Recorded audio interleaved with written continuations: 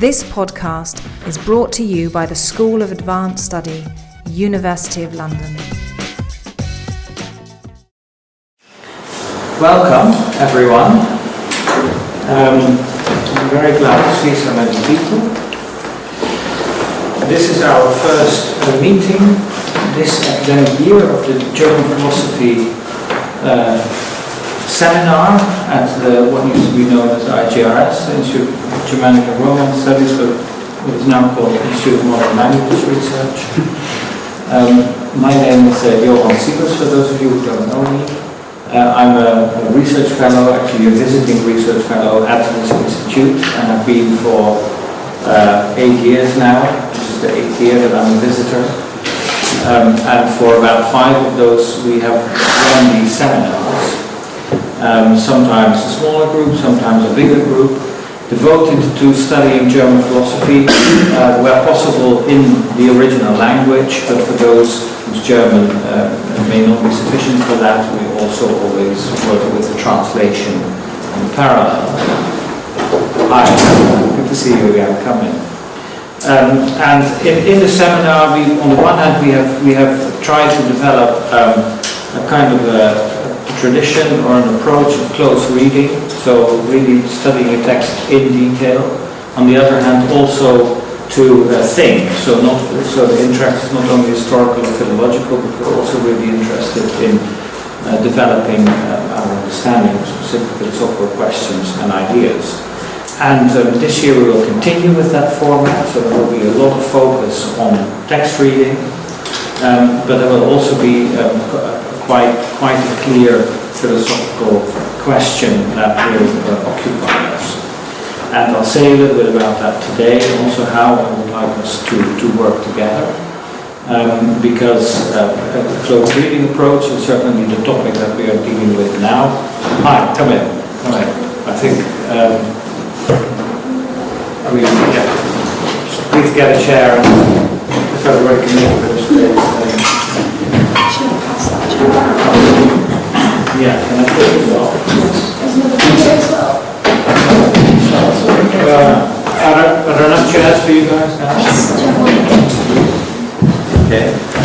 Thanks. I was just introducing the seminar and myself.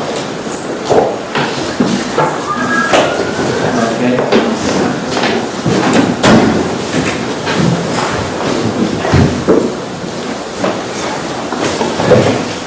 Next time I will ask them to lay out the room a little bit differently so that we all sit at the table, because I think that is important that we're all as much as possible in a circle.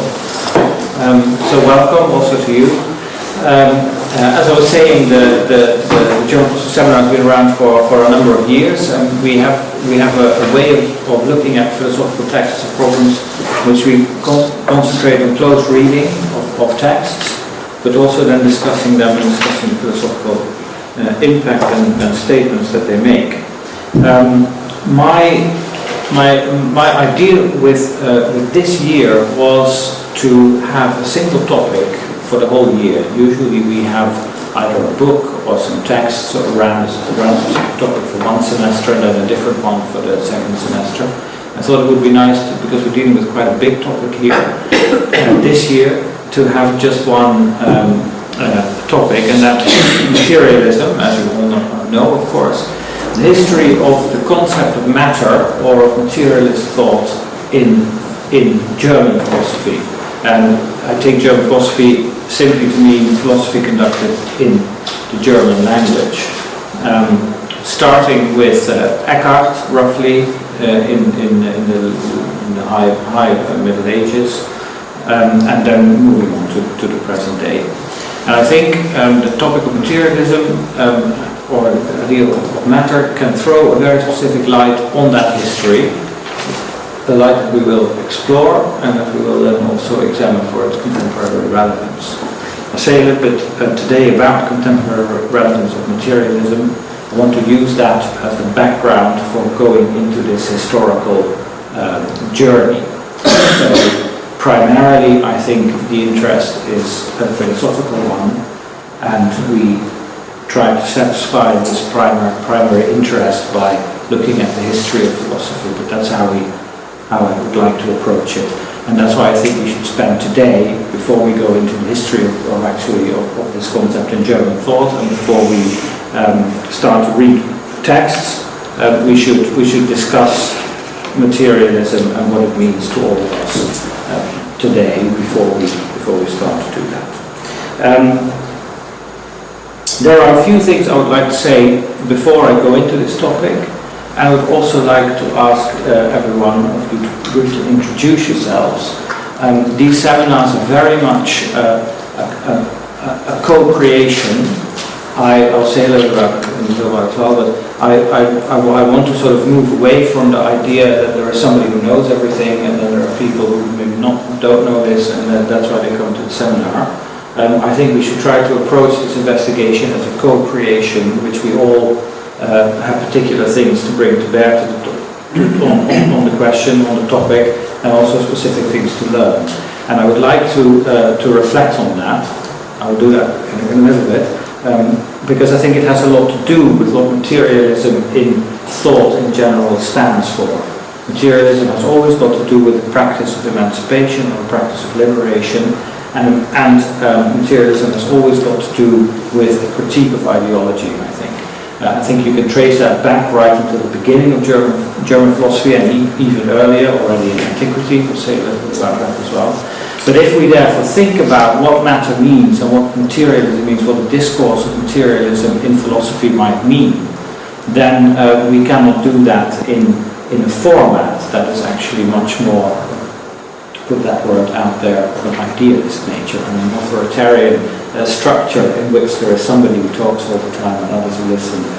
I think is not suited to that. However, today we'll still do quite a bit of that because I've got to bring you all together to what this space is that we're trying to create here.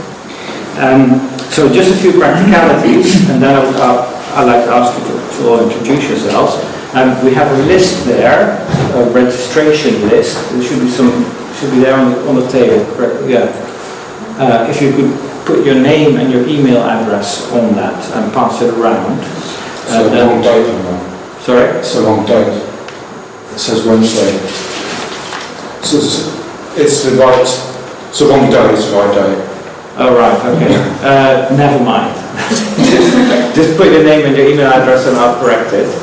But I'd like to have a registry of who is here now.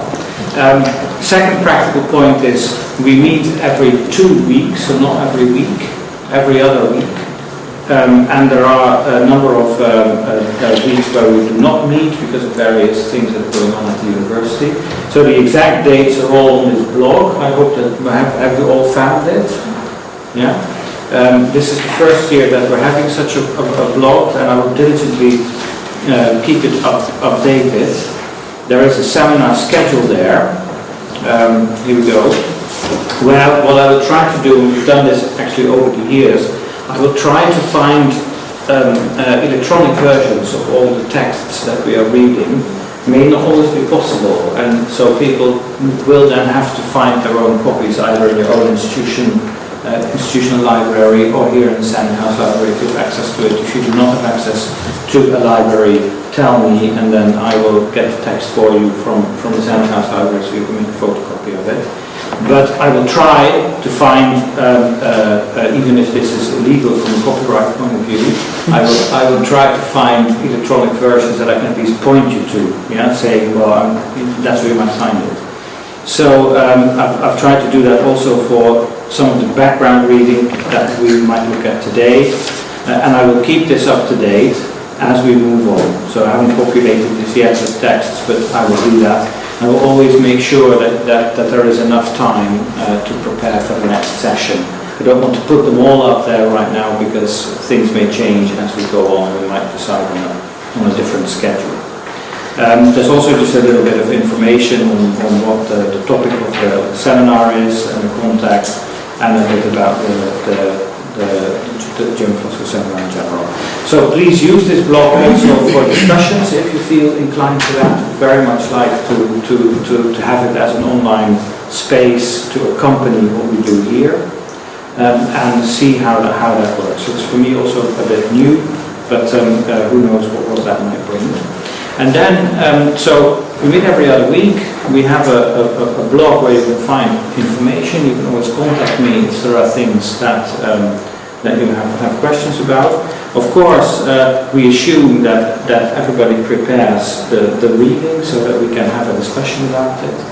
And finally, what we have tried for a number of years but never really worked out, and I'd really like to try it again this year, is to make a protocol for each session, so that one person takes it upon themselves to write a report of the session. It can be, if you're very good at that, it can be a verbatim report, but it can also just be bullet point highlights. So, and why do I do that? Why would I like to do that? So that we can, from one session to another, can read back and can see where the discussion is going. I think if you do that, I don't know if anyone of you has had experience of doing that in the past, but if you do that, the discussion becomes much more sustained and much more penetrating and deep than if you don't do it. So I would like to ask you if you're all up for that.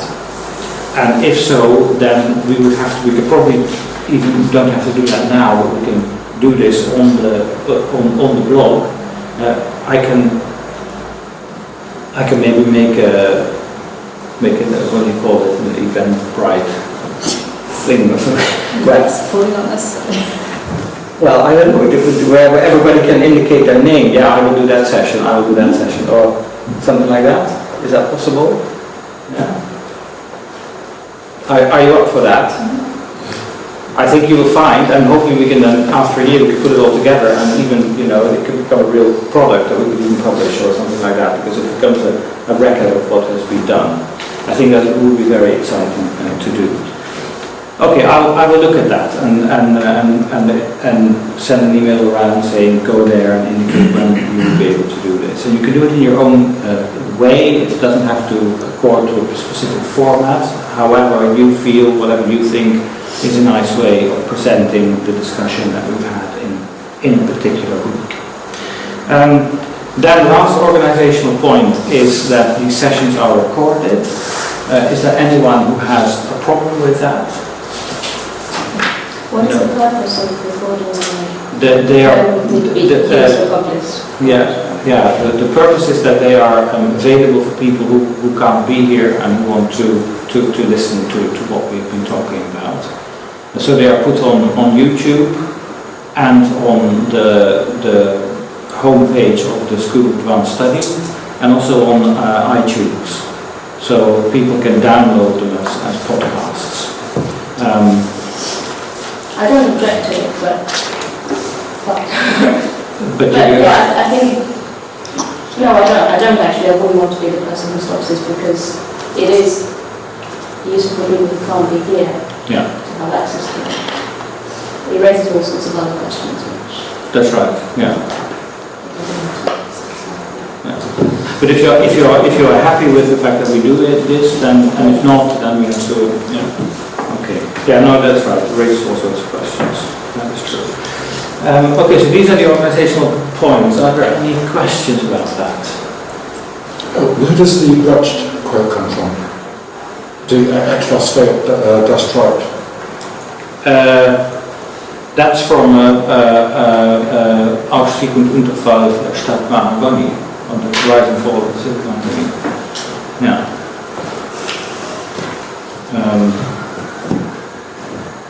Where it's from? Yeah, it's from the song. I'm not going to sing it now. It's from the song. Schön sind die Gespräche der Männer unter sich.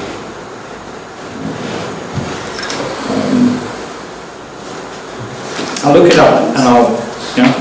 It's from that, and it's a very nice, very brief indication of one of the core insights that have to do with materialism, that matter is lacking, and that is that lack that sets it moving, as it were. That's a very contemporary idea, I think. We see it in somebody like Zizek all the time, but really it is already there in Eckhart. And I think that kind of idea lies at the background of this seminar. Okay, so then before I'll take a little bit of time to introduce the topic, I would like to ask you all to briefly introduce yourselves so that we have a bit of an idea who we are. I'm Hassan. My background is in science, but then I did philosophy. I wrote a short thesis on Nietzsche. Okay, good. Yeah, thanks. I'm Kat Meyer, and I have recently completed my PhD in Sheffield on Ernst Bloch's speculative materialism. I'm a journalist, really, and I'm now working at the University of Cambridge teaching German intellectual history. My interest in materialism is really in the history of materialism in German thought. My name is Nathaniel. I've just recently submitted an MA thesis on Giorgio Agamben and Solar Cloud. I was looking at potentiality, politics and desire. So I'm just awaiting the grade basically to see where I go from there. Hello, my name's Laura. I study fine art painting at Wimbledon College of Art, and this is actually my first philosophy seminar, and I just have an interest in German philosophy. Okay, great. My name is Lee McLaughlin, and I've been studying German philosophy for a very long time. More recently in German, but my German reading skills are still somewhat rudimentary, particularly in terms of syntax and so forth. I did my PhD thesis 10 years ago, finished it on Kant, and I suppose I'm sort of more familiar with and positive about the idealist tradition in German philosophy. So when Johan suggested that the topic, but he used to be ambivalent about the topic, he said it was the concept of matter in German philosophy and or materialism. There's clearly this distinction there. And I'm so much more into the concept of matter. I'm fairly unclear as to what materialism means these days. And it seemed that on the basis of the preliminary reading you said, there was a whole horde of things it could mean. So that was particularly promising. I'm particularly sceptical of the claim you also made that there's some special affinity between materialism and the claims of emancipation and liberation. Right. Very sceptical indeed. Okay, good. So I'll be keen to see how that claim gets developed. Yeah, okay, very good. My name is Connor. I'm at Birkbeck. I'm doing a PhD on Soviet psychology. I work on Levigotsky and Alexander University. Wow. Very good. Where are you doing that from? Birkbeck. Okay. I'm Andreas. I'm doing a PhD at Kingston. And I'm focusing on the concept of subsumption, which is sort of relevant here insofar as it's a logical concept, and then it's translated into a specific materialist concept of Marx. So, I'm sort of interested in tracing that trajectory of using initially idealist concepts to then think materialism, and Adorno would be an interesting reference point. Yeah, absolutely, yes. Okay, yeah, great.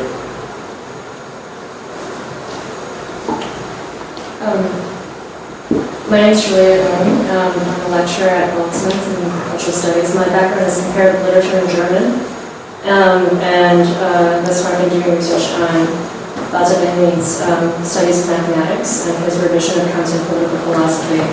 And I'm here primarily because a new research project I'm developing is on the change in the concept of life between 1800 and 1900, with Kant and Nietzsche being the two nodes. Okay, great. My name's Pete. I've just finished a master's at SOAS. My master's dissertation was on the concept of authenticity. So I sort of traced that journey into kind of Heidegger's philosophy and looked at Adorno's critique of authenticity and sort of German philosophy. Now I've got some free time. Now I'm not in classes. I'm pleased to be here. Good. Good to hear that. My name is Jessica. I'm doing the MPhil at UCL in philosophy, and my thesis is about Adorno and Walter Benjamin. What in specific? Not yet. That's being worked on. Okay. My name is Joel. I just started studying a PhD at Sussex, which is tentatively about the concept of real abstraction in Marx and Marxism.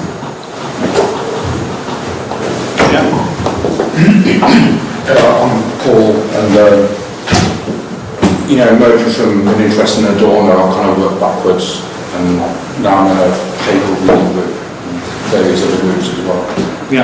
I've been a member of the group for a while. My name is Christos. I'm doing a PhD in creative writing at Birkbeck, but I'm also exploring through creative writing and exploring philosophy, mostly utopian philosophy, but also anti-materialism. So, and being a Greek, I'm in a German philosophy seminar as a spy, and an anti-materialist. So the enemy. Good. Good. I'm Greek too, but no one knows. I'm Chrissy. I'm doing a PhD at the University of Leeds on theories of the avant-garde. And the idea of the avant-garde as a historical, as a notion of historical time. I'm interested in the history of materialism in German philosophy. Also interested in what historical materialism itself means in relation to materialism, and in relation to what is called the new materialisms. But also, since I'm coming from a literature background, I'm interested in using materialism almost as a method of analysing literature, art and culture.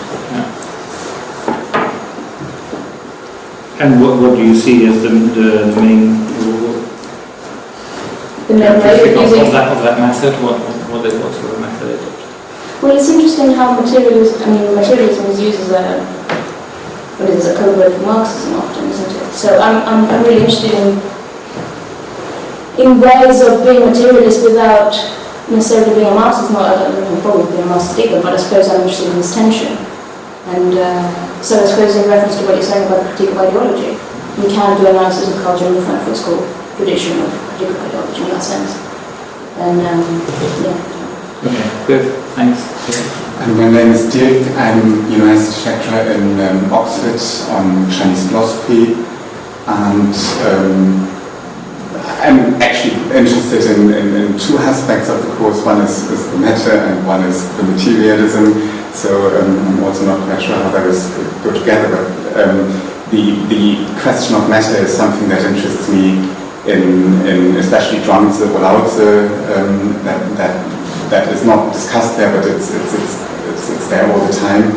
And in terms of materialism, I'm interested in superstructures because I work on how the introduction of writing actually changed the way arguments were formed in early China.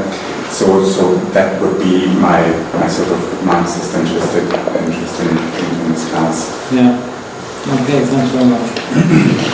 My name's Graham. I studied German literature a long time ago, and more recently have done a taught MA in philosophy at Birkbeck. I'm not doing any formal academic study at the moment, but I'm here with a general interest in German philosophy. I'm Nikki, and I'm a PhD student with Johan. A new, very, very new PhD student, I should say, looking tentatively at the relationship between metaphysics and utopia in Ernst Bloch. I count myself among people, you mentioned at the beginning, kind of those who know and those who don't know. I count myself very much in the latter category, but hoping in time to know even a little, maybe. Know even less.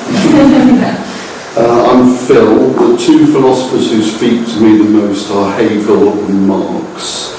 I tend to be very sceptical about 20th century philosophy and tend to think that in many ways philosophy has gone backwards since Hegel.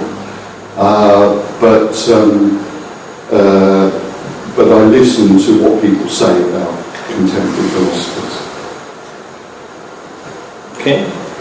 I'm Helga. I'm an artist, and I'm here because I think I can get something out of what we read is connecting to my artwork.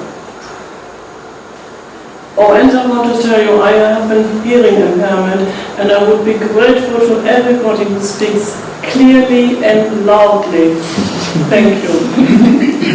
Okay, we'll try to do that. Thanks very much. I think we can say that we have a unique gathering of minds here, and I hope together we can sort of summon the brain power necessary to get a better understanding of what is involved in this idea of matter. So what I would like to do is to just introduce the topic a little bit.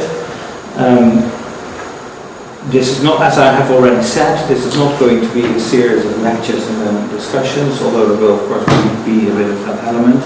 But I think for the first session it is necessary that we create a bit of a common understanding. So I'll make a few remarks about what I'm thinking about this topic, where my interest comes from, and hopefully we can then discuss that, and that can then become the basis for our first reading session in the next week. Yeah? I have a new machine on which I make my notes these days. I'm going to use it.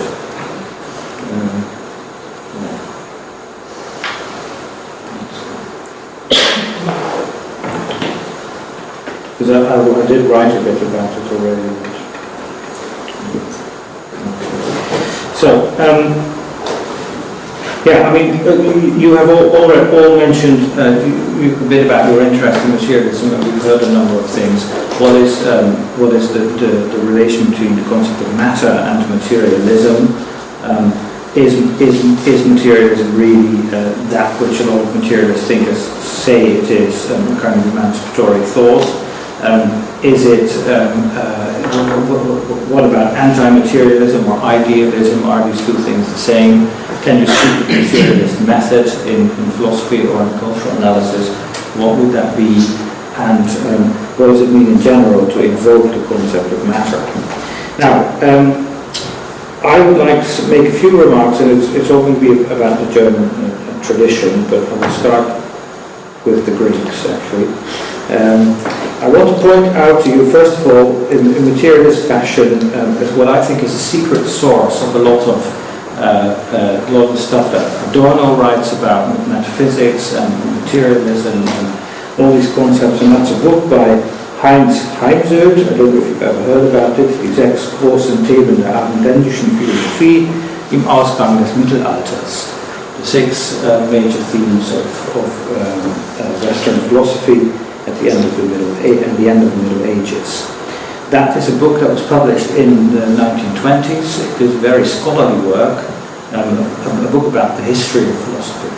And in that book, Heinz Heimsöth, who was a professor in history of philosophy at the University of Cologne for a very long time, identifies a number of themes that have come from antiquity and through the Middle Ages have gone into what he, without making it very explicit, but implicitly it's very clear, what he thinks is a particularly German tradition of thought. And these themes involve things like matter and form, potentiality and actuality, all these classical themes of philosophy, but also the theme of individuality, and that is, or the concept of the individual. And that is, I think, where you might say, from a scholastic point of view, the idea of matter enters into philosophy, into classical metaphysics. And I think we should start with that, with how this word comes to play a role in classical metaphysics, how that is inherited into the history of German thought, and then something happens and it breaks open and becomes something else. And this happens in the concept of the individual, as I think most of you will know.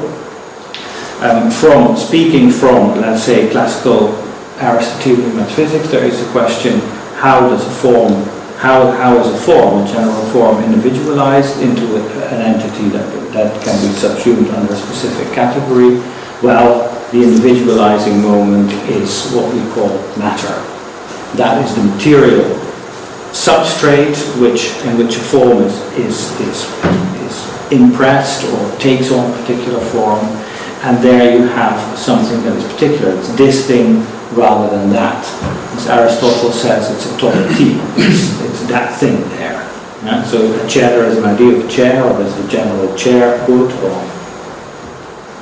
personhood, or horsehood, or whatever it is, but it becomes a particular horse or a particular man because of the material factor.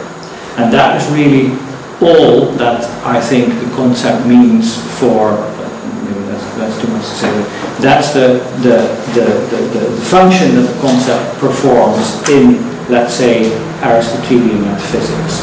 It is in the moment of individualization. It can be spatio-temporal, or you can think about it in some other way, but that is what it does.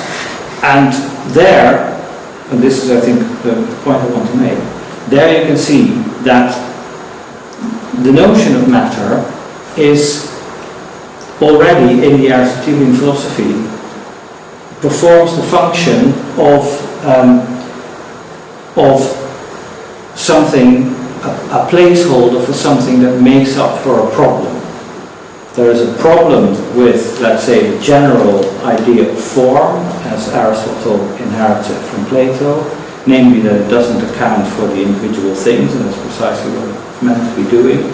And so a notion is invented or comes up that has to play the role of the factor that solves that problem. So you might say matter in Aristotelian thought has already got something of an embarrassment about it. It is a concept that is meant to solve a certain problem. And that's maybe an important thing to bear in mind. The other thing is that once you have that, and once you think in terms of form as that which exists really or truly, then matter can also become the explanation for imperfection in the world. Why is there imperfection? Because perfect forms are materialized or individualized in matter, and that's a process that has all sorts of problems with itself. This is never a perfect realization or manifestation. Participation of the material things in forms that they are categorized under is always imperfect. So matter is an individualizing moment. Matter is something that is the opposite of form, so it cannot really be thought of in terms of form. That leads to a particular problem, that the concept matter is itself a form and notion, and that's an important point that Adorno picks up. We'll talk about it later. And once you have that, you can say matter is that which is in some sense responsible for the imperfection in things. And I think that those three elements sort of sum up. There's of course much more to be said about it, but I would like to say that those sum up the inherited concept of matter as let's say Eckhart finds it when he starts to think about the individual in the late Middle Ages. Okay, let's go one step back before we go forward. Nietzsche writes somewhere that he says somewhere people look for the essence of the world, and when they found it, it was water, and that is a reference to the pre-Socratic thinker Thales, I think it was, who said all things are made of water. And yeah, okay, so a bit of an ironic statement. Again, in a kind of sort of scholastic way, you might say, yes, pre-Socratic philosophers tried to find that from which everything is made, and they thought about this in a very material way: water, fire, air, earth, or whatever it was, and it required a certain required the Socratic revolution really to see that these attempts to find a particular material substrate to explain why everything is the way it is, to unmask that as naive, and once that had been done, the Aristotelian notion of matter could arise. How does that moment is very important for us, and it's very important in German philosophy, that moment where pre-Socratic thought is critiqued and becomes something else under the influence of Socrates. What happens there You might call it the invention of form. That's how I would like to call it, or referring to Bruno Snell's book, you might speak of the discovery of the mind, the Entdeckung des Geistes. Something happens when, in Greek philosophy, Socrates, Plato, Aristotle start to critique this very attempt to find the material element out of which everything is made up. To say that everything is water can be a metaphor, just as it can be a literal explanation. To say that everything is fire could be the same thing. Yeah. We have to assume the pre-Socratics didn't think about it in those terms, but actually thought about it as, that's what things are made of. The critique, again, I'm going very quickly, the critique that Socrates, Plato, Aristotle perform on that very idea has to do with the invention of form, with the idea that actually we're talking here about abstract concepts, we're talking about ideas, and we're not talking about material stuff. That is a kind of moment, the birth moment of a specific type of philosophy, which I will call idealism, or which many other people have called idealism, starts by saying that what is real is not so much, you want to make... Can I come just on this one particular point? It's kind of interesting and ironic. You invoked Thales through Nietzsche, fair enough, but there's also, of course, a prior and significant reference to Thales' idea that everything is water in this very context, which cuts against the argument you're making, so I just wanted to throw it out of the stage. And that, of course, is the use of that claim, which Hegel makes at the end of chapter 2 of Science of Logic, where he says all philosophy is idealism, and uses Thales as the exemplar of this. The claim that everything is water is the quintessentially idealistic claim. For Hegel, the quintessentially idealist philosopher, whom you presumably want to position materialism against. So I just wasn't straight off convinced by the idea that somehow there is this great rupture between pre-Socratics and the Socratics, which then, as well, generates idealism, given that the idealist tradition itself makes great use of Thales. That's a very, very important point, and I claim that that Hegel has already made Thales into an idealist, and he can do that precisely because, for him, saying everything is water can only be made from the point of view where you already have a notion of form. Otherwise, it would for Hegel be a completely pointless remark. It would for Hegel be so. For Hegel, it becomes maybe it goes too far to say he sees the statement "everything is water" as a metaphor. He doesn't. For him, it becomes an expression of the dialectic principle or a speculative proposition. Something else happens in that statement than what you might normally think is the case, if I understand Hegel correctly. But he can only say that because he's already looking at this whole history of thought from the point of view of somebody who, to put it in classical terms, says form is what is really real. Concept is what is really real. Whereas I would like to argue no. For the pre-Socratic thinkers, they were saying something else, and they were also not saying in Heideggerian fashion, expressing the voice of being. No, I like to now take them as sort of proto-scientists to say, they come up with an explanation of why things look the way they are.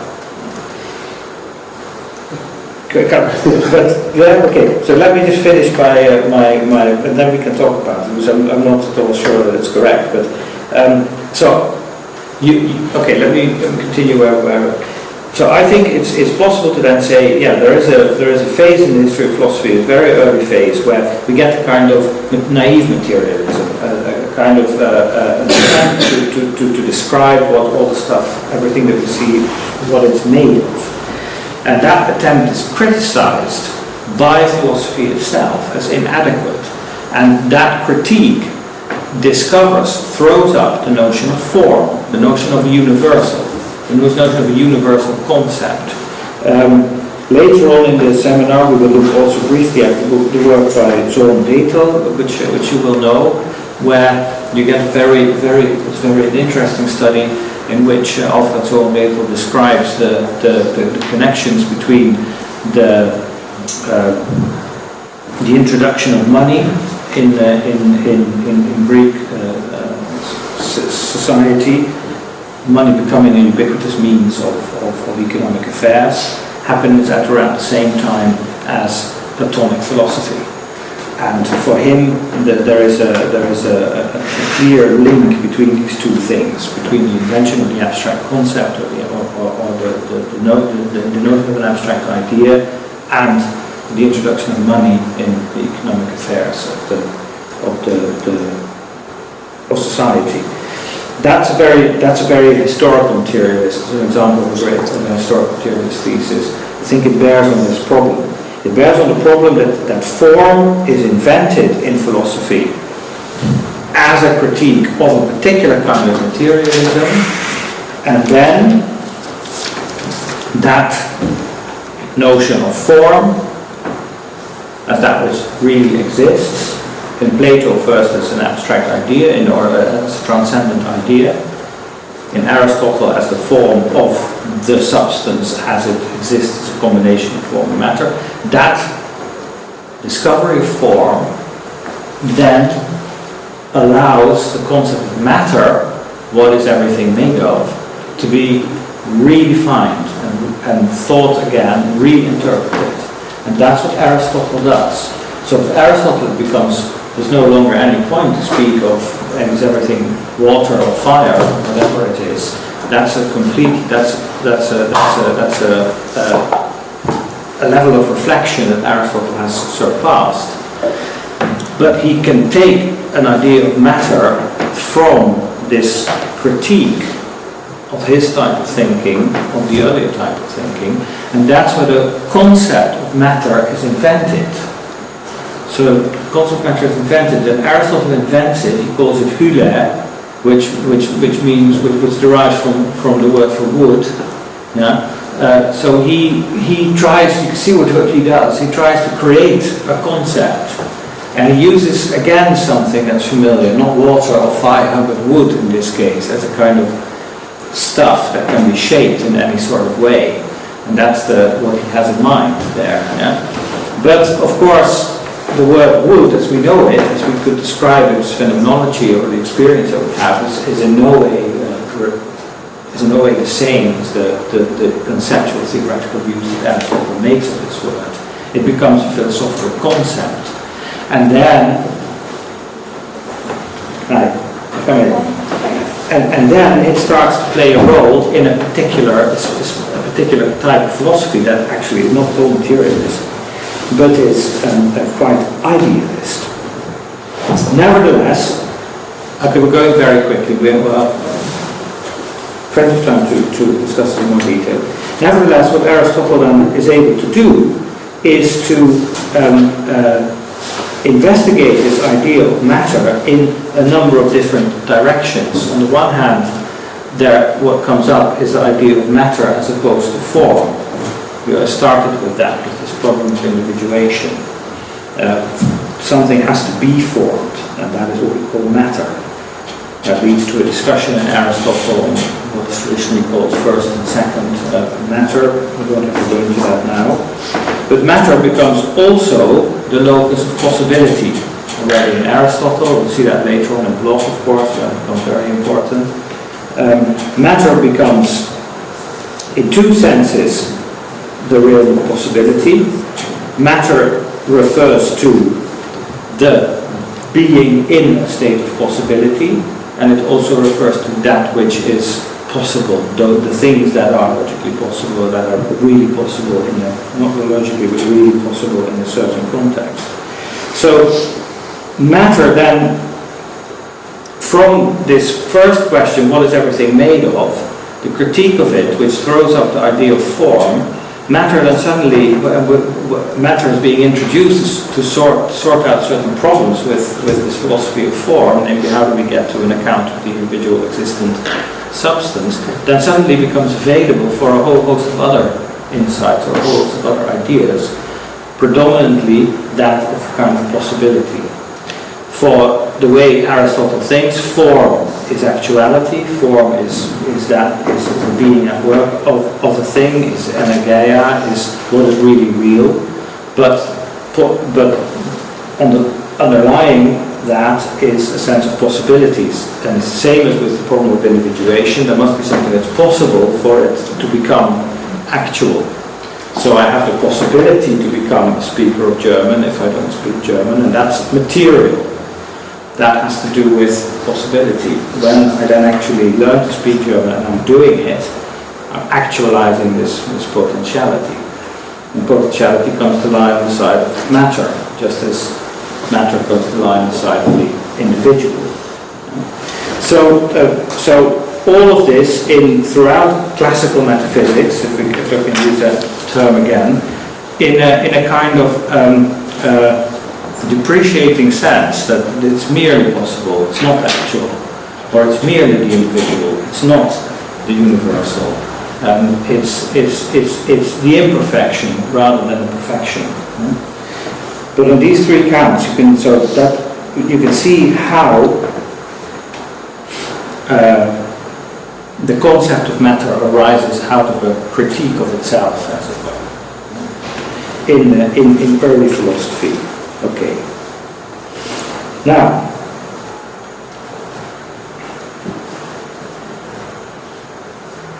what it has got to do? Okay, that's how I see, maybe sort of very briefly, an idea of matter and philosophy. What has this got to do with what I started with? Materialism as the liberation of thought.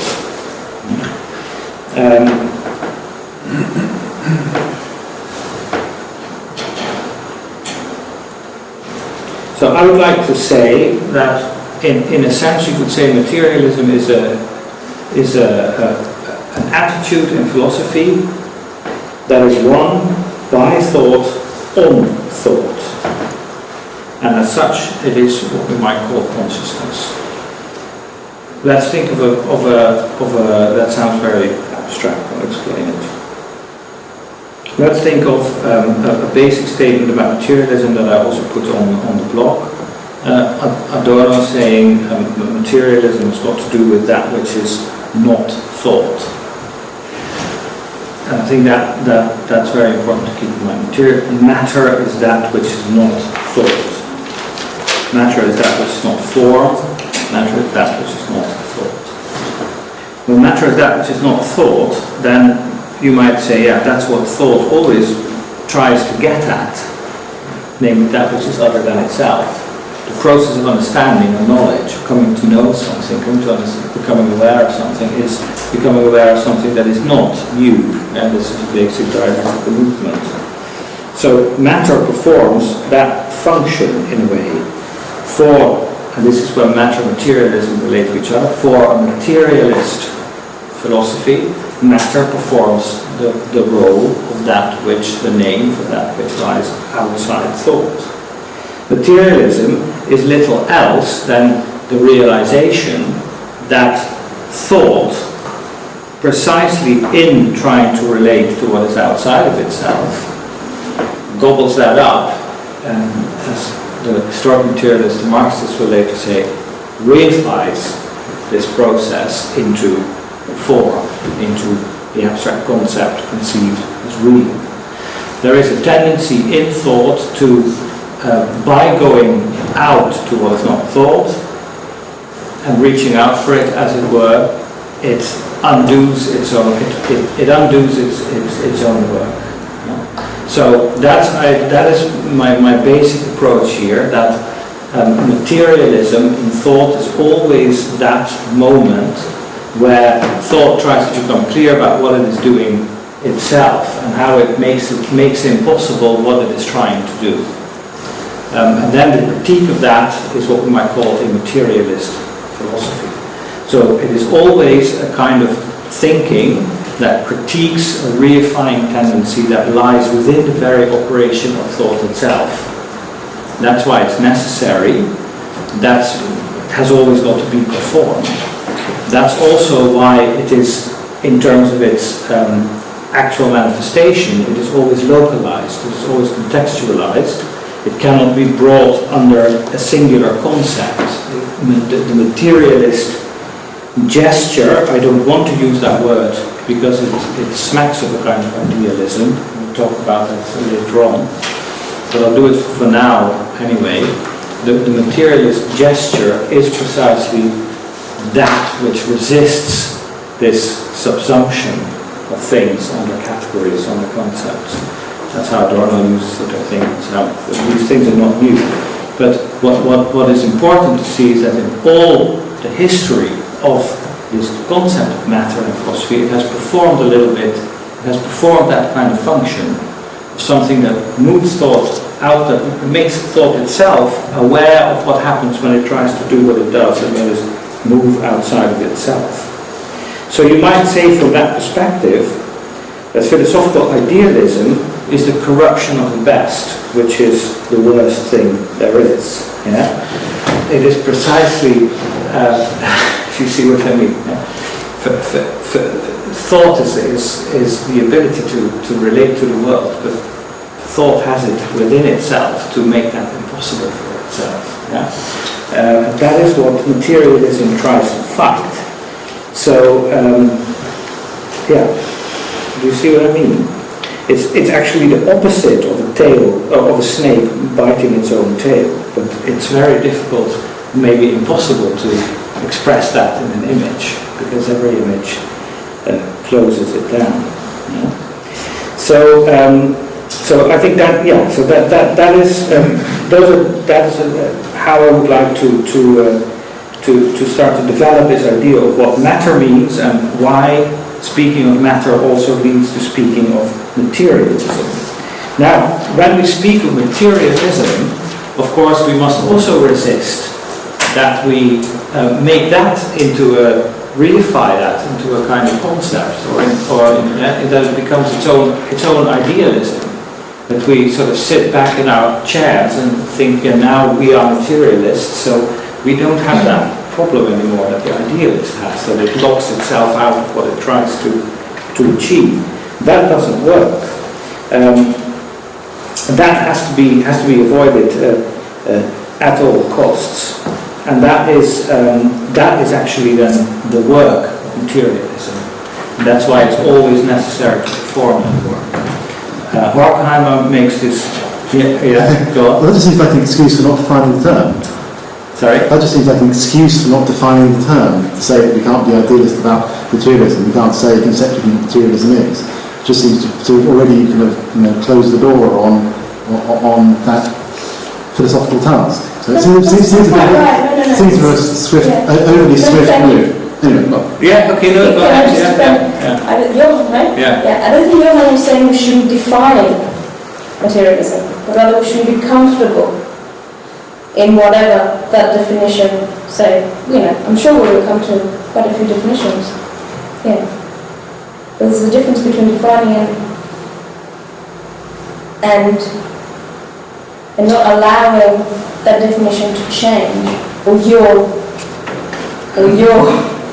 intervention, or your defining of it to change with time, perhaps. Yeah. Yes, but also I agree with that, certainly, yes. Isn't there... There's an issue about whether we take the project definition to be issuing in sort of a priori or a universal, immutable stipulations as to what things mean, or whether they can change, and whether they can change. I'd like to agree with that, but it still seems that the project definition is the way in which you go about generating that slippage resistance transformation. Well, that is true. I don't want to avoid that question. I do want to say, which I always say when the word definition comes up, definitions come at the end, not at the beginning. If you're lucky, they come at the end. I think it's a completely wrong view of philosophy to say, okay, define your terms so that we know what we're talking about. I mean, philosophy is the process of finding out what you're talking about. Yes. So you can't start with a definition. You can never start with a definition. That makes philosophy exquisitely unsuitable for the academy today, and it should remain that way. One point though, and which is I think is important, and I've made a note of it as well. If you think of, let's say, phases in materialist thought, then you might say a well-known example, positivism or let's say mechanical materialism. Materialism in French Enlightenment thought at the end of the 18th century. That. This is what I would claim, that performed the function that I assign here to the concept of matter in philosophy perfectly well in that context. But if I were to be a mechanical materialist today, I would actually be going against what the function of that concept was in the context in which it was developed. There, it had the liberating function of making institutionalized thought, in this case, realize what it was all about, what it was doing. It was a moment of liberation that was given with the mechanical materialists. At least that would be my reading of it. I wasn't aware that there are other possible readings.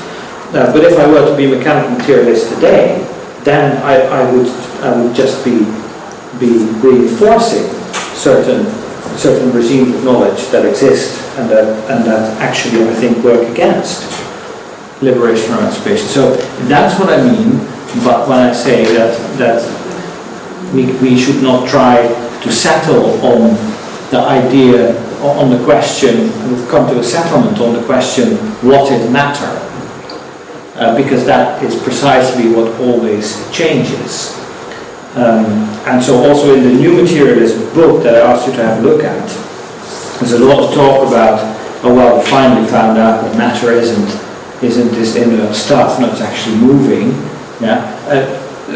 As soon as that becomes a settled answer, where you say, okay, so now we know what matter is, then we lose the point that we're trying to get at. Is that? What do you think? Instead of closing the door, we're actually opening it to more than we can, with a starting point of a priori definition or something. Yeah. So I say matter is possibility, so materialism is just a philosophy of possibility.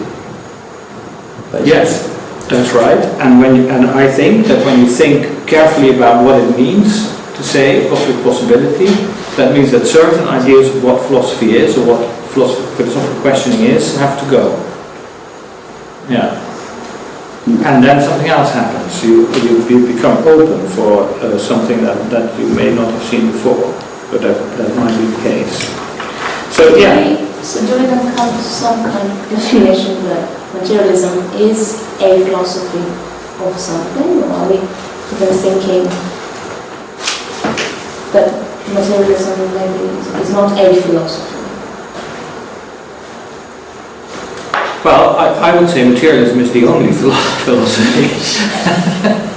That would be my thesis, that without the materialist moment, the work of philosophy is not complete. Yeah, and that's how I'd like to see it, but then I've said, but be careful not to make this into its own idealism right away, by thinking that then you've got it or something. And that's when you said, but hang on, we cannot avoid the question of definition. And that is of course true, but in this way of looking at what materialism is, this question of definition becomes almost, as it were, the concrete, localized historical struggle over what thought should be dealing with, and that becomes the question of definition. If you say. Okay, so but of course it does lead, and this would then be my way of saying definition. That's how I put it. So the question is, what then is the understanding of matter that is possible today? Because this is why we have why this topic has come up. We read every day about new materialisms. We read about a return to materialist modes of thought, a new realism. There is in philosophy, certainly in academic philosophy, there is something in the air. We are experiencing a change in the intellectual climate today. It's beginning in different, it has begun in many different areas, but there's definitely a new wind blowing. And where does that come from? And what kind of a new understanding of matter does it afford us? Does it enable us? So that is, I think, against what I've just said about how I tentatively see the materialist moment in a philosophy, why this has become an interesting question for us today. My construction of materialism, my very brief construction of materialism, is a dialectical one.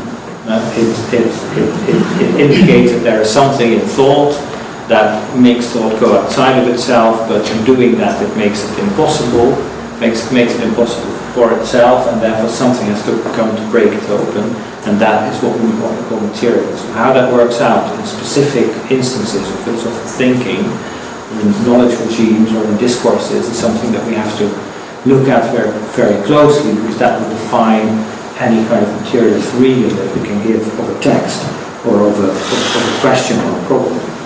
So we haven't touched on that at all. I have, however, indicated that we're talking about a kind of dialectical movement here. And of course, there will come a moment where we say this does not just apply to thought, but actually one of the ways in which to get thought out of its own prison, which is how Adorno defines materialism, is to realize that this process is not just part of thought, but is part of everything there is. And I think that leads us to a bit of an understanding of what is possible today with respect to the concept of matter. It has become possible again to, don't over-dramatize it, because I think one of the gestures of a materialist philosophy is not to over-dramatize, whereas one of the gestures of an idealist philosophy is to over-dramatize. It has become possible again to be dialectical materialists. Who would have thought that? So, the question is, what is this new understanding of the concept of matter that we can carry out today? And I think that would be an interesting point for us to discuss a little bit. Yeah? But before we do that, I'll make one more remark and then I'll stop my far too long introduction. I've already said this a little in the beginning. The form of the seminar is not excluded from this question of materialism. I already indicated that.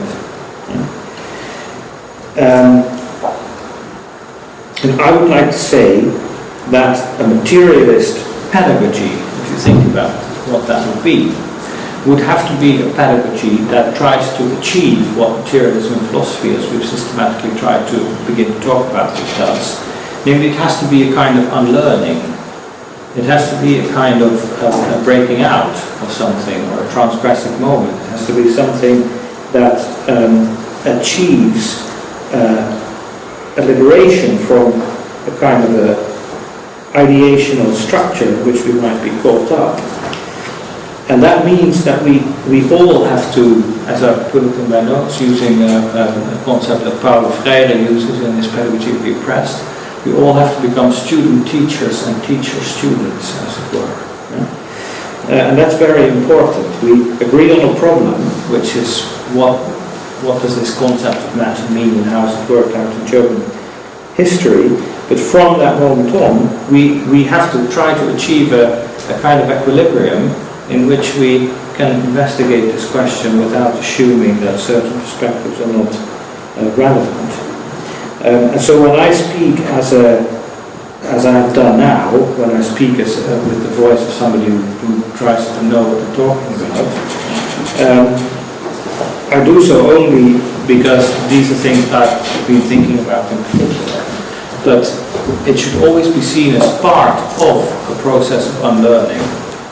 What that process of unlearning is again something that I cannot tell you, but that has to happen as we investigate this question. It will have to do with criticizing assumptions or becoming aware of assumptions, but it may also be something more fundamental, which I've tried to hint at by saying, how can thought think its way out of itself? is a more possible thing to do. So to conclude this, I was thinking, I couldn't help to think about the word meister or maître in this context, and think about Lacan, who says there are a number of different voices in an analytical setting, or in the way we realize our subjectivity. There is the voice of the maître, of the master, which is a kind of authoritarian voice that tries to express an objective truth about something, and this is something we carry around within ourselves. But there's also the voice of the academy, which is, he calls it the voice of the academy. It is a voice that has a kind of super-ego function. It's an institution, a circulation of symbolizations of which we feel part, and which we feel that we have to find our little niche in. It's very anxiety-provoking, this voice of the academy. And then there is the voice of the analyst who tries to, in the Lacanian setting, who tries to keep an awareness of all these voices activated and to provide a holding space for them. And I think that is a very good example, although why is something that will come much later, of what I would understand by materialist practice of thought. Not to deny those voices, but to be aware of them, and not to unthinkingly assume that in a seminar setting one particular voice should dominate. And I think dialectical materialism, in the way that I would like this seminar to sort of become an exploration of it, that can take and has to take the freedom of using all of these, but in a pragmatic way. Okay, so on that note I would like to stop and then spend the rest of today talking about what kind of ideas we have about the possibility to think matter anew today. And that will then become the basis for our first actual text reading next seminar. We'll go back in time to this point of Eckhart, but also include Jacob Boehme, who is very important in the development of dialectical thinking, and the function of alchemy at the end of the Middle Ages and the beginning of the modern era. Because in the discourse of alchemy we find a kind of language to talk about matter that's very alien to us, but at the same time links to some of the things that we've been talking about today. On the materials point, it's warm here, can we... Yeah, we can. Yes, we can. Do we have to have this on all the time because No, yeah, you can turn it off. I mean... That's what makes it more. So open the window. We can turn this off, yeah. I don't really need this, but... Is that it? I think it is. And then again.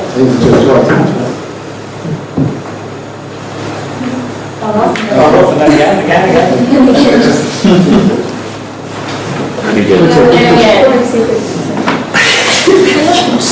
Twice now. Okay. There we go.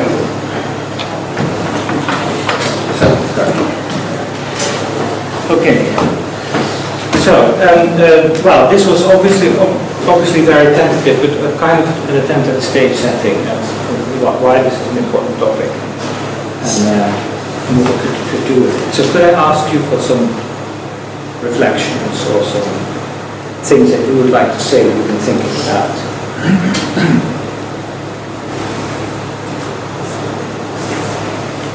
Well, it's interesting to me that Boehme was influential with his ideas of the one and unity,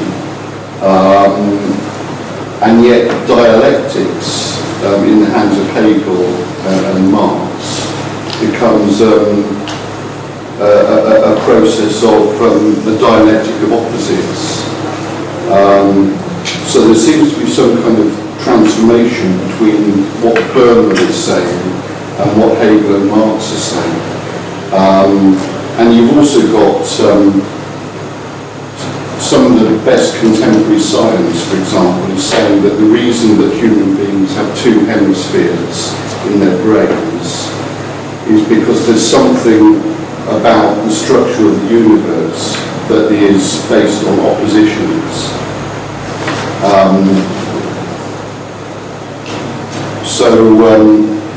So yeah, I mean, something seems to have happened between Boehme and the time of Hegel and Marx. Yeah.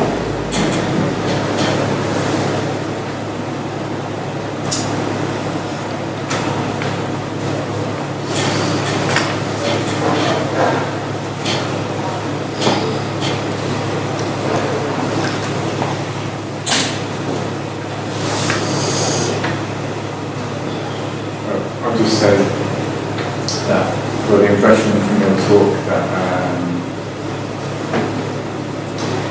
the use of the terms idealism and materialism was pretty heavily loaded. Idealism makes you have this sort of pejorative flavour to it. And I don't necessarily disagree, but I would maybe be wary of having that as a presupposition. The inquiry rather than maybe something that we need to work out. Yeah. Okay, yeah, absolutely. I think I did that to make it clear, sort of, maybe overstate it a little bit, to make it clear that I think there is something that is really at stake here. But in good idealist fashion, of course, idealism has its moment of truth as well. And as Bloch says, we must not forget that all the great philosophies up until now have been idealisms of one form or another.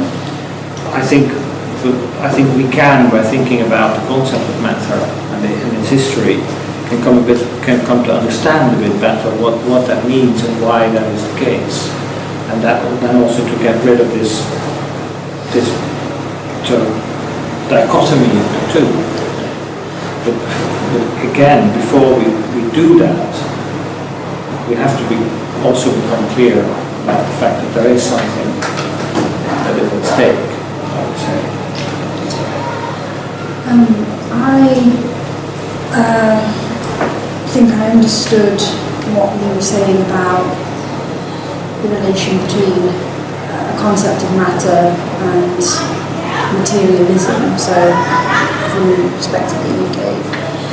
I wonder if, this is a point that Mead brought up at the beginning, I wonder if you wouldn't mind saying a bit more about what you think is the problem, or how the problem of perhaps saying those two words in the same breath, matter qua materialism, or the concept of matter and materialism.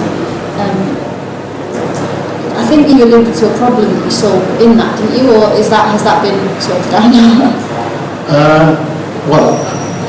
Not really, no. So the problem is, I suppose, it's a very banal point in a way, and maybe it's also indicating an area of controversy. I mean, materialism seems to be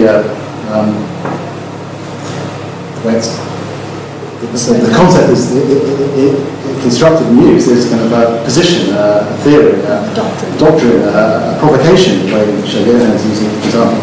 We get the new materialism, so it's something we have to get to grips with. So that seems to be something much more specific and deliberately provocative, whereas the concept of matter, well, I mean, we could have a kind of fairly sort of dry scholarly seminar about concept of matter in, for example, the idealist philosophers whom others may want to position materialism against.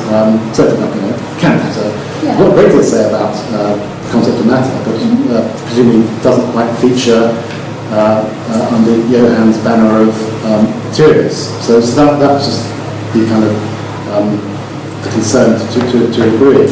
Which goes to the point you're making as well about the whole idealism materialism distinction being somewhat threadbare when you get down to the detail. One question which Johan was asking, was diverting to was why materialism now?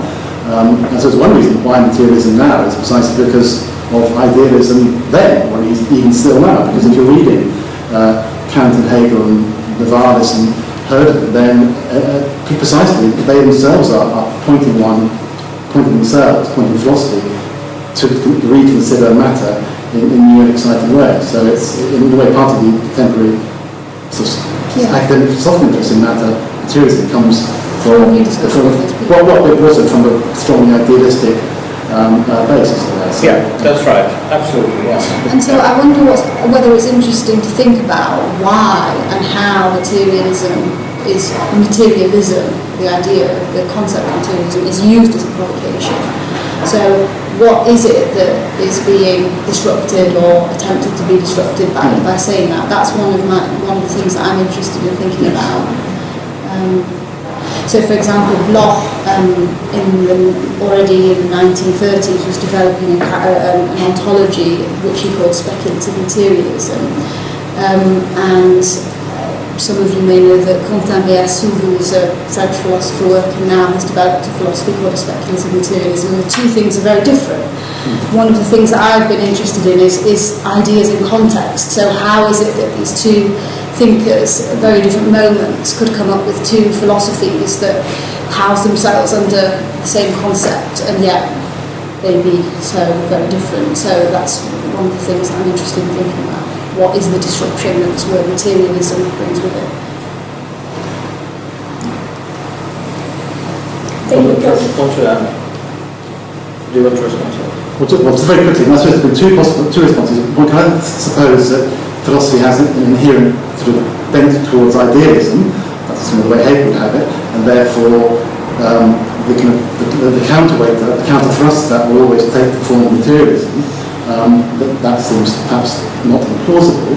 Or it could be that philosophy goes through phases of being more idealist, and then the materialist counter-thrust enters in more historically specific fashion. So, for example, in Germany in the mid-19th century, a strong drive towards materialism in philosophy and science. And maybe that implicated a kind of counter-movement at the end of the century, again,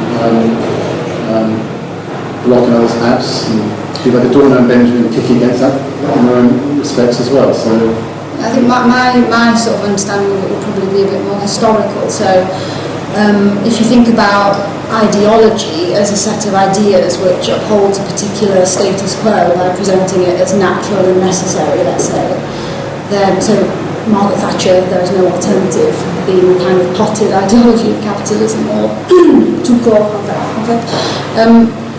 I think you can see Bloch writing at a time when there were multiple versions of there is no alternative. There is no alternative to fascism. There's no alternative to communism.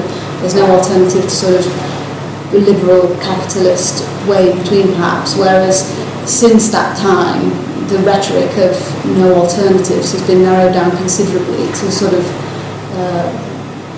one, really. And my argument would be that you can see that maybe reflected also in the way that philosophy works. Yeah. What do you mean by that? That's an interesting proposition. What do you mean is reflected in the way philosophy works? In that there are well, okay, I mean, I suppose I don't want to go, it's difficult to kind of explain without going too far into it. I think we're not going to read anything French this time because it's a German philosophy seminar, but what I discovered about Bloch and Meillassoul's different kinds of speculative materialism were that one, namely Bloch's sort of proposes a kind of a possibility in which we can do something, a possibility in which the human being plays a mediating role in the world, let's say, between what exists and what might be in the future. Whereas the philosophy that Meillassoul develops is also one in which the future is radically open, in which anything can happen, but there's no kind of possibility for mediation. I found that quite interesting, where that thread gets cut. I think that the rise of a certain kind of materialism in the middle of the 19th century in German thought, which has to do with kind of scientific, the rise of science as a as a model for knowledge rather than philosophy is very important. And indeed Bloch's view of materialism is in direct discussion with that. And Haeckel is one of the names there. And from the point of view that I've been trying to put forward here, that rise of materialism in the 19th century in German context would have to be seen as Marx says it, history repeats itself, first as tragedy, second time as farce. That is a kind of farcical repetition of the mechanical materialism of the French Enlightenment. That's how I would see it, but I could be completely wrong there, but that's how I would try to present it, or understand it, as a kind of, and again, dialectically material dialectic, you can understand it, as a negation of philosophy, a particular kind of knowledge that philosophy affords. That it becomes so complete that actually there's nothing left. So, and that has created in the history of German thought, has created a space in which other things could then come up, not in the last place in Nietzsche, I think. And he himself starts very much with a kind of sympathy for Darwinian explanations, reducing philosophy to psychology, and then something else happens. Again, you get a transgressive moment where a whole new realm of thought is opened up. The first one to call that a materialism was Sloterdijk, who wrote a book about this, Nietzsche's Der Denker auf der Bühne, Nietzsche's Materialismus, the thinker on the stage, Nietzsche's materialism, in which this question actually comes up, the place that Nietzsche occupies in the discourse of science in the 19th century. So there's a lot to be said about that. All these things are very, very important. Yeah? I was just going to go back. What's your name, sorry? Andreas. Andreas' point about the tension between idealism and materialism, and not to kind of presuppose too much before we start to talk about that. And I think that's a very good point, because I'm not a philosopher, so I kind of observe these debates with a bit of a dispassionate eye, but I think that what that comes down to a lot of the time is the question of who owns philosophy, basically, who owns it, and that is also a recurrent theme in the history of ideas, isn't it? But that's something that's obviously also a very materialist question, maybe something to keep an eye on. You can see this tension, within Aristotle. To begin with, you've got, a kind of indeterminate matter, which has determination conferred on it by form. But as soon as he starts talking about possibility and entelechy, then it seems that the form is in some way latent in matter, so you don't actually need this realm of ideas anymore. Yeah, so that's Aristotle's way of coming to terms with the Platonic distinction that was made. Yeah, and that's why in Aristotle's also unclear whether it has two notions of matter or not. Yeah. But how does that bear on your point? I think I was rather saying something else, or what I was trying to say is that it seems to me that this sort of antagonism, if one has existed, between idealisms and materialisms has got something to do with people's interests, basically, in philosophy, vested or otherwise. Yeah. Legitimacy, and that is something I also put in the initial announcement. I think that, again, something I claim in German philosophy, the history of German philosophy, there are two strands of philosophy. Kant has given them a concept in saying philosophy in philosophy translated as Weltbürgerliche Hinsicht and Schulphilosophie, school philosophy. There's always, in German philosophy, right from the start, I would like to say, there has been an antagonism, a problem with school philosophy, academic, official philosophy, and unofficial philosophy. That problem starts with Eckhart, who got into trouble for lecturing in the colloquial language, and even writing in the colloquial language. And it sets itself through in modernity, in German thought, and becomes even something that's observable today, a philosophical tradition that places itself deliberately outside of the academy, and a philosophical tradition that sees philosophy as something that happens in a sort of school masterly way within the university. And what's interesting here is that we are within the academy but also outside the academy, because not everyone here is officially in the academy, and we all have, well, not all, quite a few of us have different backgrounds and disciplines. Exactly, that's exactly right. This seminar itself is something that has always been both within and outside of the academic structure, and you see it in the participants and in the fact that you don't get credit for coming here, and etc. But I think I would like to say that has got a lot to do with this question: who owns philosophy? And that is a materialist question that has to do with this moment of the transgressive, of something that makes a difference and makes a change. And that is something that also we'll have to keep in mind as we go on, and that we will investigate. Okay, I do have one more thing to say, but are there other people who would like to say something about what they understand by matter, or what their interest in matter, what do they think matter means today?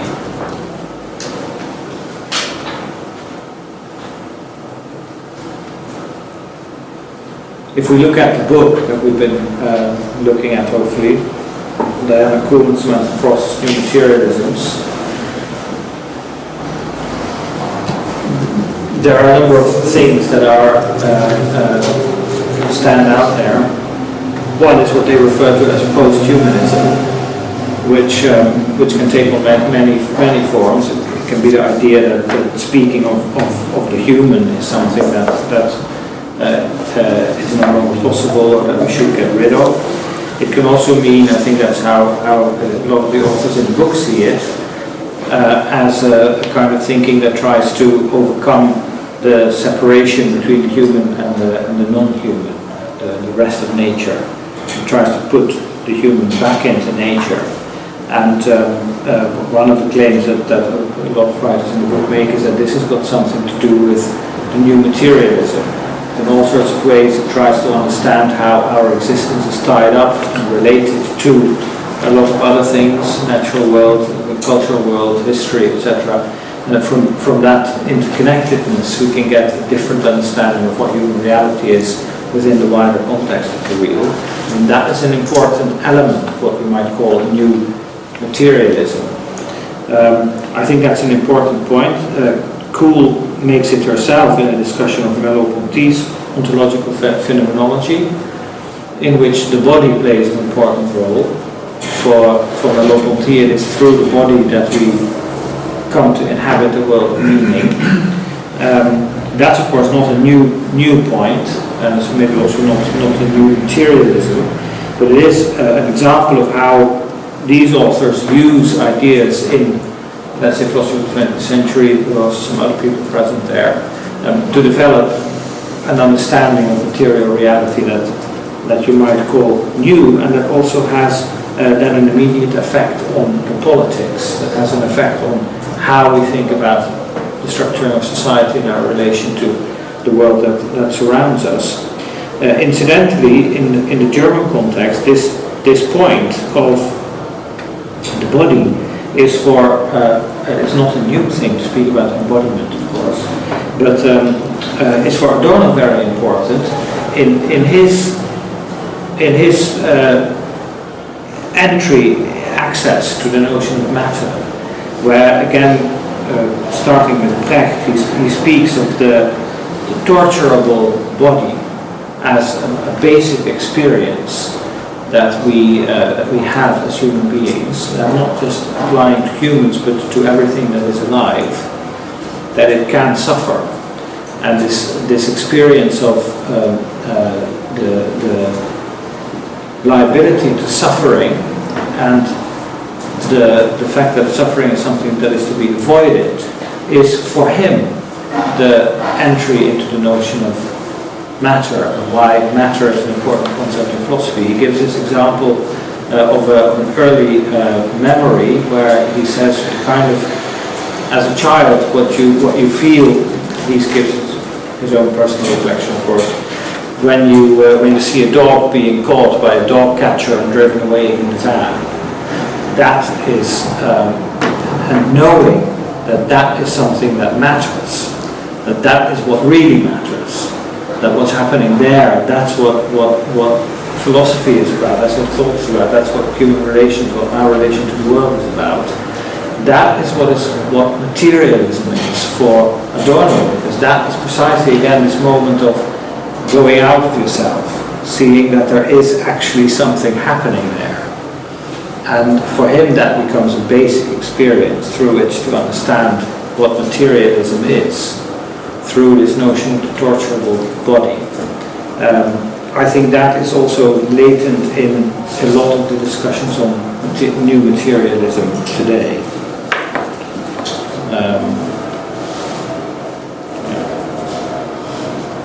But there are other things. There is also something that we haven't discussed now, the relation to realism. A lot of these discussions are about materialism versus realism. Today we hear speculative realism, speculative materialism, a reinvention of realism and materialism. Some people make no distinction between these terms, other people do make a distinction between these terms. In the history of philosophy there is a distinction between realism and materialism, according to some but not according to others.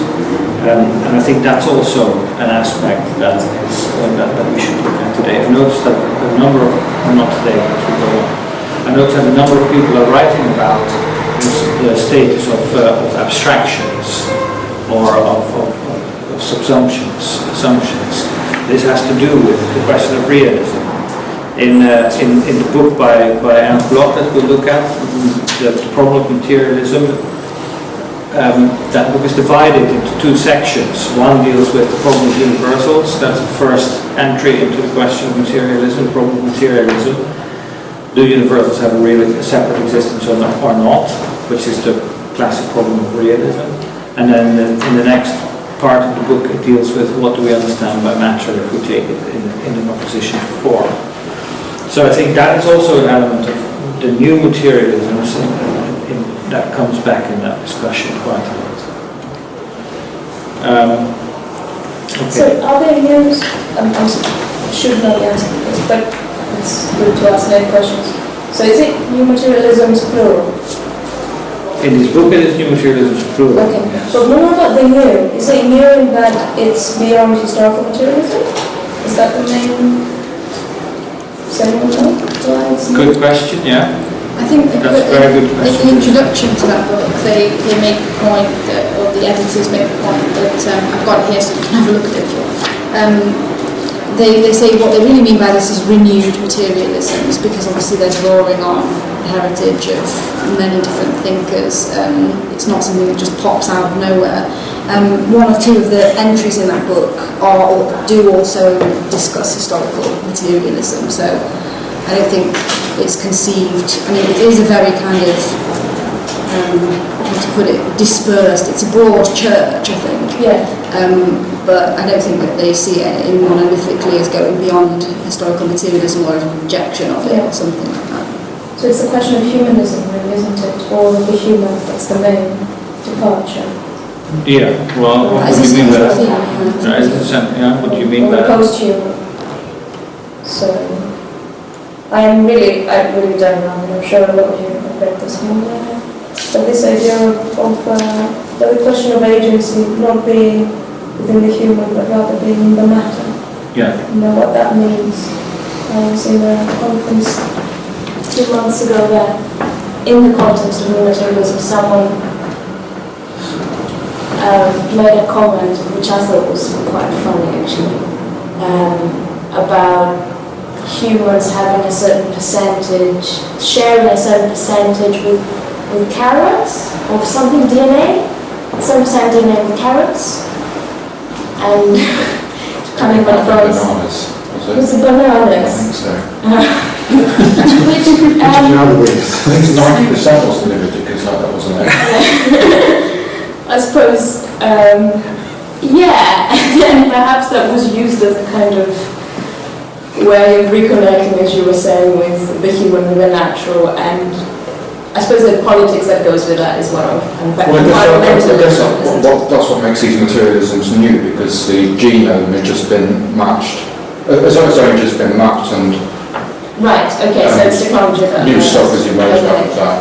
Surprising stuff. Yeah, but that's right. And yeah, when we then say, oh look, we are actually just like bananas, because so why stop eating them, or eat more, achieve identity, or let's eat each other as well, or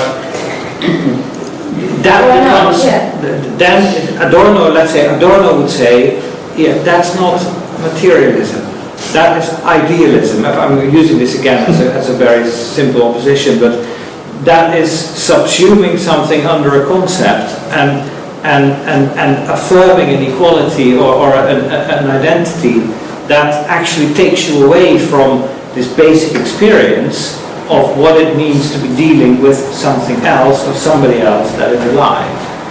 And the fact that humans just are not like bananas. And humans aren't like, well, no, exactly, yeah. So you see, it's a very interesting point to, what are we doing when in the name of materialism we say we're 90% like a banana? Actually, we are living into a logic. What about the other percent? Yeah. Because that's a big, very important percentage. Yeah. And that's why I do think it's hilarious, but at the same time, the fact that I think it's worth examining those. Absolutely, yes, it's very important. Yes. But this is this is a good example of what is meant by the idea that the materialist moment in thought is something that breaks away from the identification process of categorization. Maybe particularly a kind of quantitative identification, because to say that humans and bananas share 90% of their DNA, obviously the other 10%, as you say, must be doing something pretty special then. Yeah, and also like you say, why should you take the percentage to be a truth? Exactly. Measure.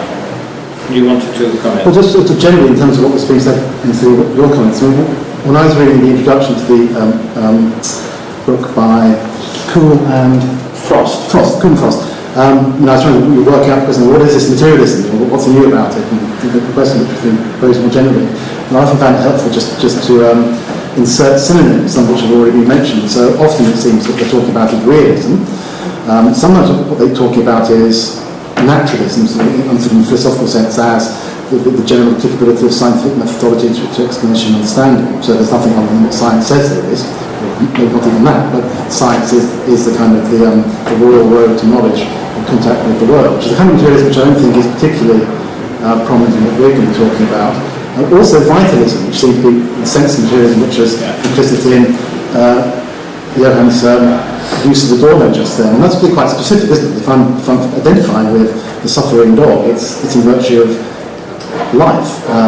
Life is distinct from matter, except, of course, if you're a panpsychist, which some people are as well, you think that matter is generally alive. So that is another position which seems to be kind of... That's also a position that has gained in popularity, and you can also find it in the book. Anyway, Galen Strawson, the Count Issue of an Review of Books, argues for the undemonstrability of the negation of panpsychism from naturalistic grounds. Yeah, exactly. But it seems matter doesn't, you said things going under the nail under the boundary of materialism, it seems you can to some degree sort of clarify things in a rough and ready way by distinguishing some of these other positions which have affinities with it or go under its name.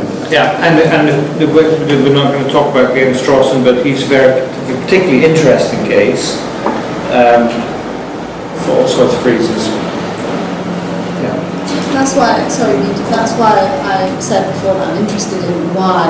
I think it's absolutely right what you say, that there could be a differentiation of positions, let's say, among people who appear in this volume.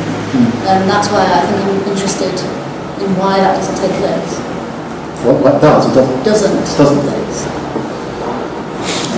So the distinction matter dead and matter alive, as a classical text by Whitehead is called, is another example of how this concept of matter can work in a philosophical discussion. And question of vitalism is panpsychism. It's got a lot to do with that. But that's, sorry, you were saying something else. It sounds like one version of dialectical materialism which isn't covered in the book is Joseph Dietzkin's version of dialectical materialism.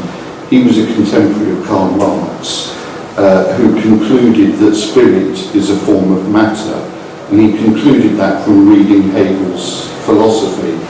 And this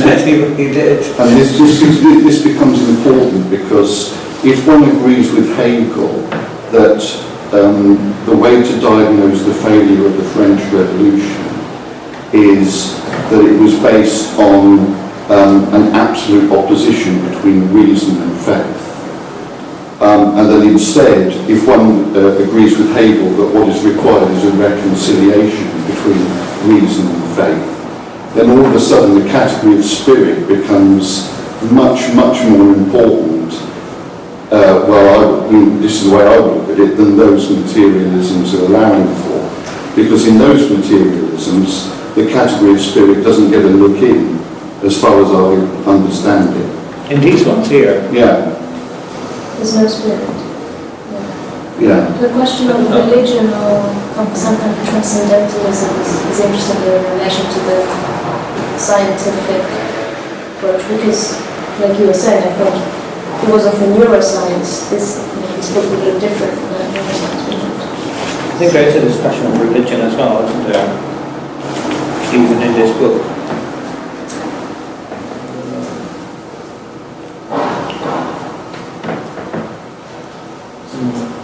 There is, can I just read this to you? So lovely. It's by Zoon Betel, who we're going to look at in the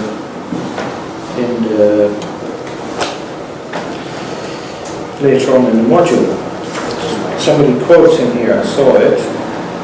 Do you know of that Zoon Betel? Yeah. Good.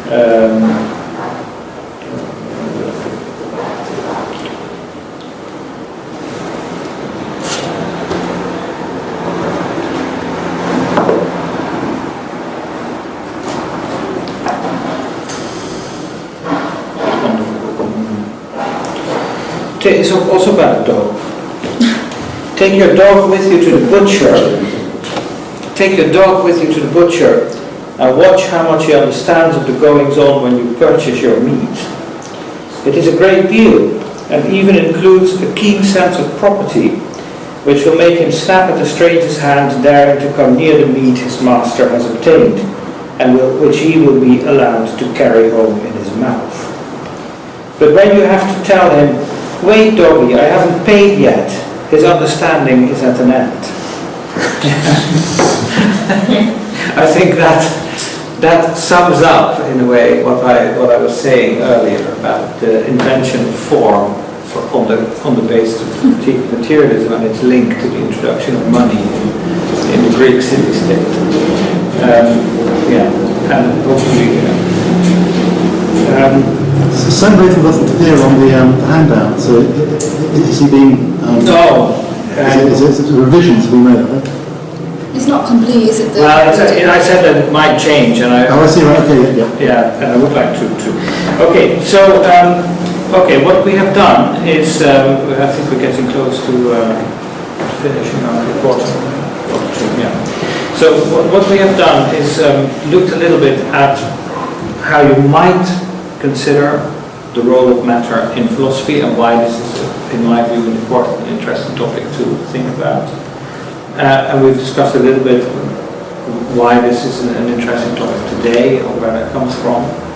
And from those two angles, we will then start to look at the history of this concept in German thought, the concept of matter, and also of materialisms, materialist strands of thought that you might identify in the history of German thought. And I started out by saying a lot of this has to do with the notion of individuality, how that starts to become important in early German thought, when we look at Eckhart and... You go very quiet. I'm going quiet now, sorry. Yeah, my voice. I've had laryngitis for a month. So I want to start with that next time and look at a short text by. So actually, we're going to have a number of texts. Look at a short text by Eckhart, which I will make available to you, and then also some excerpts from Aurora by Boehme. There's a big time difference between the two, but we can't do everything, so we're going to focus on those texts. This theme of light, which we have at the title Aurora, is of course very important to this discussion. I think it also comes back several times in German thought. I think Morgenröte in Nietzsche is a direct reference to Morgenröte in Boehme. And we'll try to explore that link. I will try to then also look at materialism from the point of view, or materialist thought from the point of view of a light that goes up, something new that is introduced. That's why this title is very interesting, New Materialisms. There's always something new about matter. There's always something new about the invocation of the material. That is again another way of saying what we've tried to look at today. Could you say that idealism is the embers of the light going up? Is the embers? So what's left behind after? Because if what we were saying, that matter is possibility, and then any actualization of a thought is an attempt to grasp that possibility and keep it, then if you're saying there's a link between the light or fire going up and materialism, then any idealist philosophy is what's left behind after the kind of glowing embers. Yeah. Maybe. I don't know. Can you say a bit more about what makes you say that, or what? I don't know. I just tried, but. Yeah. Okay. Yeah. I think I understand what you mean. That is a very poetical way of putting something that I think you said on the Yeah. Help me understand it. Yeah. That's it. It's I don't know, just one line. I have to think about it. Yeah. It resonates very much with what Benjamin says in Goethe's Affinities about the task of the critic, the thing of the dead remains of the work, and which are now dead because the fire has gone. Yeah. So absolutely, he was using that, but I think in a different direction to the way you were suggesting. Okay. Yeah. That in that sense, yes, because it has to do with the reification of whatever materialism throws up. When the light is gone, or when the newness is gone, something remains, and that is what you might call. And we huddle around it and try and keep warm. Yeah. Fire's gone. Yeah, exactly. Yes, exactly. That's it. Out of anxiety very often, or because we don't have anything better than that. But once the process moves on and something new comes up again, the old fires are left behind, and we go to a new one. Yeah, that's right. It's like the hour of Minerva at night. Exactly. Yes, precisely. The hour of Minerva comes at night, and in all this subterranean history in German thought, when materialism comes up, it's about the morning. Yeah, it's starting with Boehme, and then in Nietzsche, that's exactly it. Yeah, precisely. A dawn, and also in Marx, it's the Gallische Hahn who sounds the Gallic new cock. Gallic cock. The Gallic cock sounding, announcing the new day. From Heine. From Heine, yeah, that's right. Yeah. So, yeah, exactly. That is a really important metaphor. That this evening versus morning. Yeah. But isn't the word that Hegel uses Dämmerung though? Or does he say Zwielicht? Because I always wondered about that. I thought the word he uses is Dämmerung, which means either dawn or dusk actually, doesn't it? Interestingly. Yeah. I mean, we know ours are nocturnal, so you might as well, maybe that's not... No, that's right, and he does say it comes after the fact. That's right. Philosophy always comes after the fact. That's exactly right, it's a very good remark. Philosophy always comes after the fact, whereas in materialism we have a kind of philosophy that is not after the fact, but almost before the fact or with the fact as it happens. Or at least we might say trying to remain faithful to that moment. Maybe it's not possible to maybe we have to sink back into what I've called idealisms and then move out of it again. Because because there's, you spoke about thought capturing what is outside of it, but there's also language, isn't there? And language is always, well, it's a temporal thing, but it's always articulated temporarily after something is observed or a thought takes place or whatever. Or at least the exchange of language is always, I say, afterwards. So. And yet we can also in language locate this materialist moment where we can speak of something that Adorno's cries is what I was thinking of, that attempt to sort of maybe as immediate as it can be, scream. Anyway, that's right. But okay, this is a very important point, and